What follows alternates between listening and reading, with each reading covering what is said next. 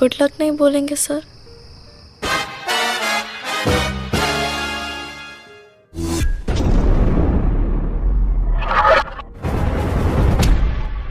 Hello Gelovers, welcome back to my channel Trending Gelo. Kali ini kita akan rangkum alur film India berbahasa Hindi dengan judul Good Luck Jerry. Film yang dirilis tahun 2022 ini disutradarai oleh Siddharth Sengupta dan dibintangi oleh Janhvi Kapoor. Good Luck Jerry berkisah tentang wanita bernama Jerry yang mengalami masalah finansial setelah ayahnya meninggal dunia. Ia terpaksa melakukan pekerjaan yang berbahaya demi membiayai pengobatan ibunya, yaitu dengan menjadi kurir narkoba. Seperti apakah keseruan dari cerita film yang satu ini? Penasaran? Nah Gelovers, makanya simak rangkuman alur film ini tanpa skip biar ketemu magisnya film ini. Dan jangan lupa subscribe agar bisa mendapatkan updatean film-film terbaru India lainnya spesial di channel ini. Oke Gelovers, tanpa banyak basa-basi kita langsung ke TKP.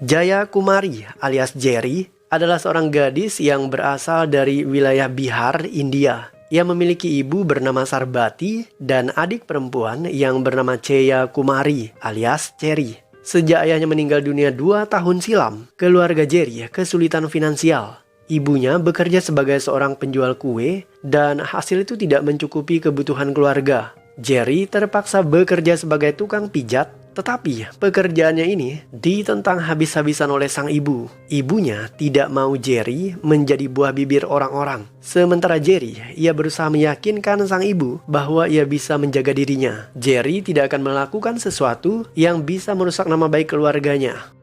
Ada seorang pemuda bernama Rinku. Rinku tergila-gila kepada Jerry, tetapi perasaan cintanya itu tidak pernah ditanggapi oleh Jerry. Sementara ibu Jerry justru ditaksir oleh tetangganya, yaitu seorang pria tua yang bernama Anil. Mereka berdua saling suka. Dan yang terakhir, adiknya Cherry juga diminati oleh seorang pemuda, dan bahkan pemuda aneh itu pernah melamarnya, tetapi tentu saja ditolak karena Cherry masih sekolah. Ibu Jerry menderita penyakit kanker paru-paru. Ia butuh biaya kemoterapi sejumlah 2 juta rupiah. Jerry tidak punya uang sebanyak itu. Ia berusaha untuk mendapatkan pinjaman, tetapi tidak ada yang bisa meminjamkan uang kepada Jerry. Nyonya Sarbati sendiri tidak mau merepotkan anaknya. Ia tidak mau berobat karena sadar jika biayanya tidak murah. Suatu hari, polisi mengejar seorang penjahat yang mengedarkan narkoba. Penjahat itu melarikan diri dan ia secara tidak sengaja membentur pintu yang dibuka oleh Jerry. Alhasil penjahatnya terjatuh dan ditangkap polisi. Ketika berada di jalanan, Jerry dan adiknya Cherry dicegat oleh bos gangster bernama Timmy. Timmy kesal karena anak buahnya tertangkap polisi. Sebagai gantinya, Timmy memaksa Jerry untuk masuk kembali ke dalam toko dan mengambil narkoba yang disembunyikan oleh anak buah Timmy di dalam toilet. Timmy dan anggota timnya tidak bisa masuk ke sana karena polisi masih berkeliaran. Jika Jerry menolak, maka Timmy akan membunuh adiknya Cherry. Jerry tidak punya pilihan. Ia terpaksa masuk ke dalam dan melewati pemeriksaan polisi. Setibanya di toilet pria, Jerry segera mencari bungkusan narkoba. Karena bau toilet yang sangat menyengat, Jerry terpaksa menutup mulutnya menggunakan kain. Ia menggeledah sekeliling tetapi tidak ketemu apa yang dicari. Jerry segera bersembunyi ketika seorang polisi masuk ke dalam toilet itu. Setelah situasi aman, Jerry akhirnya berhasil menemukan persembunyian narkoba tersebut. Jerry menyerahkan narkoba itu kepada bos gangster Timmy. Setelahnya, Timmy mengembalikan adik Jerry yang mereka tawan. Diam-diam, Timmy ternyata jatuh hati kepada Jerry. Sementara itu, ketika ditawan, Jerry sempat mengambil dompet anak buah Timmy. Ia sengaja melakukan itu agar bisa mendapatkan uang guna menambah biaya pengobatan ibunya. Jerry melarang Cherry melakukan hal itu karena dianggap tidak terpuji. Sebaliknya, Jerry punya ide yang cukup gila. Ia mengembalikan dompet itu kepada anak buah Timmy dan berpura-pura baik kepada mereka. Setelahnya, Jerry meminta pekerjaan dari Timmy. Ia siap menjadi kurir narkoba demi mendapatkan biaya pengobatan ibunya. Timmy tentu saja menerima Jerry karena ia menyukai gadis itu. माँ कैंसर से नहीं मरेगी। Thank you sir. Jerry memulai pekerjaannya. Ia diminta membawa kokain kepada pria yang bernama Malik. Barang itu disembunyikan Jerry dalam kotak makan siangnya. Malik sendiri kagum dengan kecerdasan dan keberanian Jerry. Setelah bekerja dengan Timmy, Jerry akhirnya bisa melakukan kemoterapi terhadap ibunya. Ketika ditanya, Jerry mengatakan bahwa uang itu ia pinjam dari panti pijat. Jerry bahkan diterima baik oleh para gangster. Ia menutup kedoknya dengan bekerja sebagai tukang pijat. Karena ia seorang perempuan, Jerry bisa melewati pemeriksaan polisi dengan mudah tanpa dicurigai. Inspektur polisi yang bernama Lal mendapatkan panggilan telepon dari seorang gangster. Gangster itu memberitahu polisi bahwa mafia narkoba selalu mengirimkan paket melalui seorang kurir wanita. Ia bahkan menyebutkan bis yang ditumpangi oleh Jerry. Alhasil polisi segera melakukan razia. Mereka menggeledah penumpang yang ada di dalam bis itu. Jerry mulai ketakutan dan ia mencoba kabur, tetapi seorang polisi bernama Jasi menghentikannya. Jasi menggeledah isi tas Jerry dan ia menemukan kotak makan siangnya. Jasi membuka kotak itu dan menemukan narkoba. Jerry ketakutan setengah mati. Setelahnya, Jasi berkata, "Oh, tidak ada apapun di sini, cuma bekal makan siang."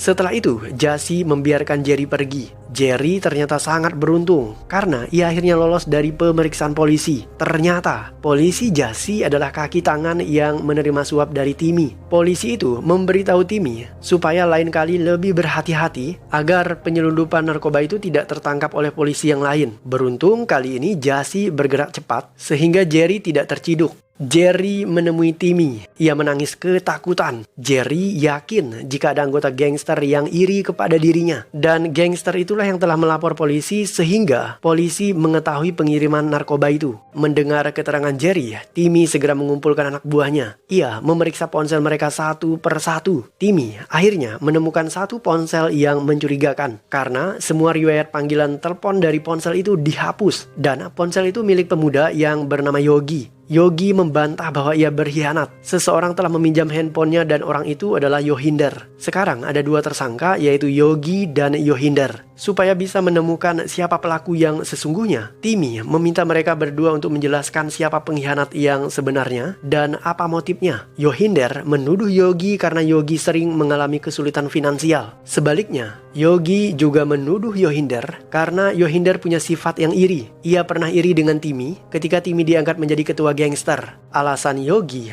membuat Timmy yakin jika Yohinder adalah pelakunya. Ia kemudian membunuh orang yang tepat, yaitu Yohinder. Kematian Yohinder tidak membuat Jerry tenang. Jerry tidak mau mengambil resiko. Bagaimana jika Timmy ternyata membunuh orang yang salah dan orang yang tersisa pasti akan kembali melapor polisi sehingga Jerry bisa tertangkap. Karena itulah Jerry memutuskan untuk berhenti bekerja. Timmy tidak bisa menerima permintaan Jerry karena Jerry adalah anak buah kesayangannya. Untuk memastikan keamanan Jerry, Timmy juga membunuh Yogi. Jerry merasa bersalah atas kematian dua gangster itu. Ia kembali mendatangi Timmy dan meminta pengunduran diri sebagai kurir. Timmy sebenarnya keberatan, bukan hanya karena pekerjaan Jerry memuaskan, tetapi karena ia juga jatuh hati kepada Jerry. Meskipun demikian, Timmy terpaksa memenuhi keinginan Jerry. Ia meminta Jerry agar datang esok pagi untuk mengambil upahnya. Keesokan harinya, Timmy memberikan Jerry uang yang sangat banyak. Hanya saja Timmy meminta Jerry agar tidur bersamanya. Jerry tentu saja menolak. Ia memukul Timmy yang membuat pemuda itu tidak bisa bergerak sama sekali.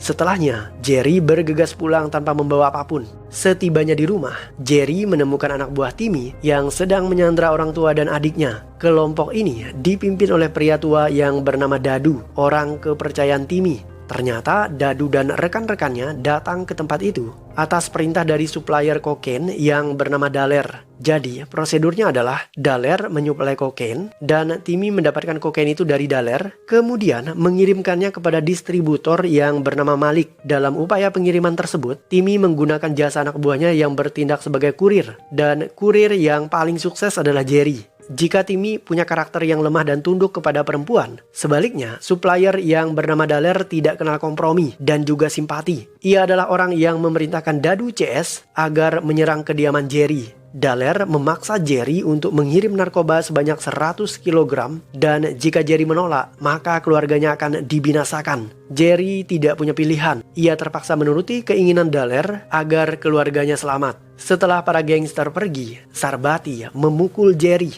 Ia kecewa dengan sikap Jerry. Setelah amarahnya reda, Sarbati menyadari kesalahannya. Ia kemudian memeluk anaknya. Sarbati tahu jika Jerry terpaksa melakukan semua itu hanya demi dirinya.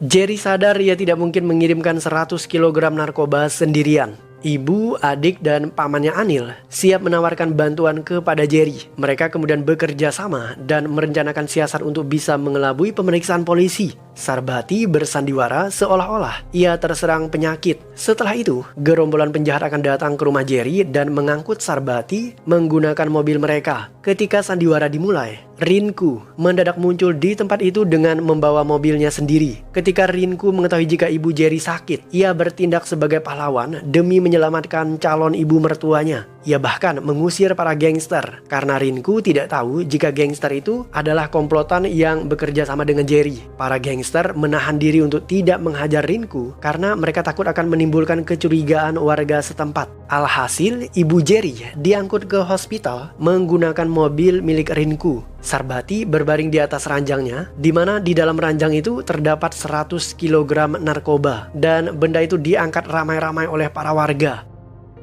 Ketika Sarbati sudah dimasukkan ke dalam mobil, Rinku berniat menyetir dan membawanya ke rumah sakit. Tetapi Jerry segera melarangnya. Jerry meminta agar pamannya Anil yang menyetir mobil, sementara Rinku, ia harus duduk di kursi belakang bersama Jerry. Di tengah perjalanan, mereka dihadang oleh polisi. Ibu Jerry pura-pura sakit, tetapi Rinku malah membuat onar. Ia memarahi polisi dan menuding mereka sebagai polisi yang korup dan tega meminta sejumlah uang dari orang yang sedang sekarat. Padahal saat itu polisi tidak meminta apapun dari mereka dan murni hanya melakukan pemeriksaan. Jerry segera memberikan polisi surat rujukan rumah sakit sebagai bukti bahwa mereka benar-benar ingin membawa ibunya yang sedang sekarat menuju ke rumah sakit. Sementara itu, polisi merasa jengkel dengan Rinku yang terus-menerus meninggikan nada bicaranya. Karena tersinggung, polisi tadi kemudian memukuli Rinku.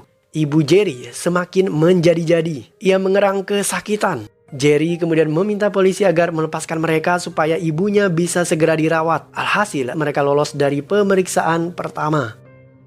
Sepanjang jalan, Rinku sangat berisik yang membuat Jerry sudah tidak tahan lagi. Ia terpaksa membuka peti yang berisi kokain tadi. Jerry menjelaskan semua kebenaran yang terjadi. Alhasil, Rinku tercengang. Ia takut bukan kepalang. Setelah itu, Rinku terdiam dan hanya mengikuti instruksi dari Jerry. Jerry CS akhirnya sampai pada pos pemeriksaan kedua. Di sana, Jerry kembali menunjukkan surat rujukan ibunya yang terkena serangan kanker. Sementara Rinku, ia terdiam ketakutan. Dan kembali mereka berhasil menipu polisi dan lolos dari pemeriksaan. Di dalam perjalanan, Rinku tidak mau terlibat kriminal. Ia berniat turun dari mobil, tetapi ibu Jerry menunjuk ke arah mobil yang sedang membuntuti mereka. Jika mereka turun dari mobil, maka para gangster yang ada di dalam mobil tersebut akan menghabisi mereka semua. Tidak lama setelah itu, mereka dihadang oleh kerumunan massa yang sedang melakukan perarakan dalam rangka ritual syukuran. Ternyata di sana ada pemuda yang pernah melamar Cherry menjadi istrinya, dan pemuda ini akhirnya mengikuti rombongan Cherry.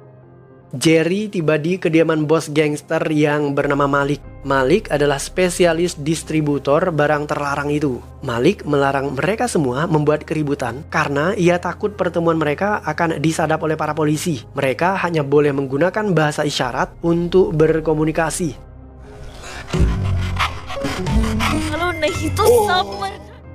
Setelah transaksi dengan Malik selesai, Jerry CS segera pergi. Malik menyadari jika ia tertipu. Jerry CS hanya memberikan 10 kg kokain yang asli, sementara bungkusan yang lain berisi tepung. Itu artinya 90 kg kokain masih disembunyikan oleh Jerry CS. Jerry sengaja melakukan itu agar dirinya tidak dibunuh oleh Daler. Selama kokain masih ada di tangan Jerry, maka Daler tidak akan membunuh Jerry. Karena dengan membunuh Jerry, maka Daler tidak akan mengetahui di mana Jerry menyembunyikan kokain tersebut.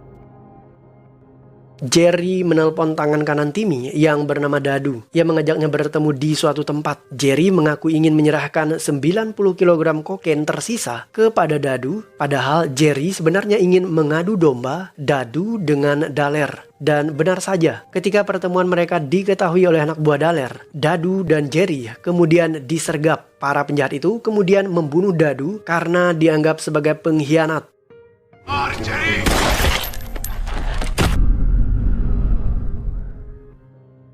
Tetapi di tengah perjalanan, mereka justru dihadang oleh bos gangster lainnya yang bernama Bablu. Bablu memaksa Jerry untuk memberitahu di mana ia menyembunyikan narkoba itu. Jerry berbohong dengan memberikannya sebuah alamat palsu. Bablu kemudian mengirim Malik untuk pergi ke sana. Tetapi Malik justru dipukuli oleh teman-temannya Jerry karena ketahuan berbohong. Jerry akhirnya dibawa Bablu ke sebuah gudang. Di sana ia ingin memperkosanya. Tetapi sebelum melakukan itu, Jerry meminta satu hal, yaitu ketika ia diperkosa, adegan itu harus disaksikan oleh ibu dan adiknya. Sebuah permintaan yang aneh, tetapi Bablu mengabulkannya. Alhasil di ruangan itu, Jerry beserta keluarganya membantai Bablu.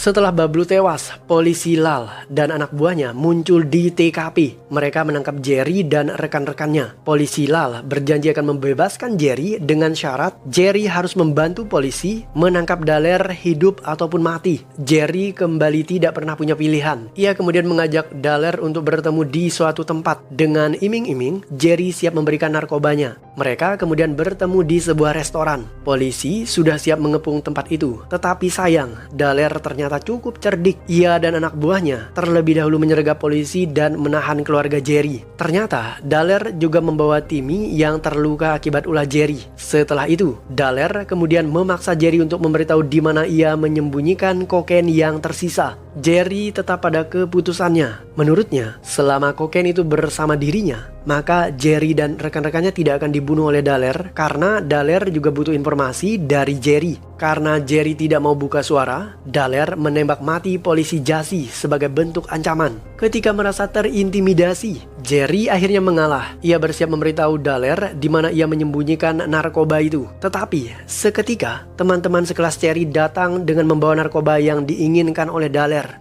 Anak buah Dallaire ingin memeriksa barang itu, tetapi mereka justru diserang oleh Malik. Malik menembak anak buah Dallaire. Ia menginginkan kokain itu. Dallaire berusaha membujuk Malik agar mereka bisa bekerja sama. Malik awalnya sudah tidak percaya kepada siapapun setelah ia dibohongi oleh Jerry CS. Tetapi karena Dallaire terus membujuk, Malik akhirnya mengalah dan ia mau bekerja sama. Malik kemudian memeriksa barang bawaan teman Jerry tadi. Dan ternyata benda itu bukanlah narkoba, hanya tepung beras biasa. Malik murka. Ia melepaskan tembakan membabi buta. Timmy yang hadir di tempat itu hanya tertawa menyaksikan bagaimana mereka semua dipermainkan oleh Jerry. Tembakan Malik memancing huru-hara. Kini setiap orang ingin bertahan hidup dengan membunuh orang lain. Dallaire bahkan mencuri kesempatan dan ia berhasil membunuh Malik. Setelah Malik tewas, Dallaire justru ditembak mati oleh Timmy. Polisi kemudian segera beraksi dengan menangkap semua penjahat yang tersisa, termasuk Timmy. Ketika semua penjahat sudah tertangkap, Jerry akhirnya memberitahu polisi Lal bahwa ia menyembunyikan kokain itu di rumah polisi tersebut. Jerry mengirimkan paket tersebut melalui jasa delivery, seolah-olah ia membelikan furniture kepada polisi Lal. Film ditutup dengan adegan di mana Jerry dan keluarganya berhasil selamat dari kepungan para gangster. Tidak dijelaskan bagaimana ending dari kisah cinta antara Jerry dan Rinku, begitu pula dengan kisah cinta adiknya Cherry. Dan film pun berakhir.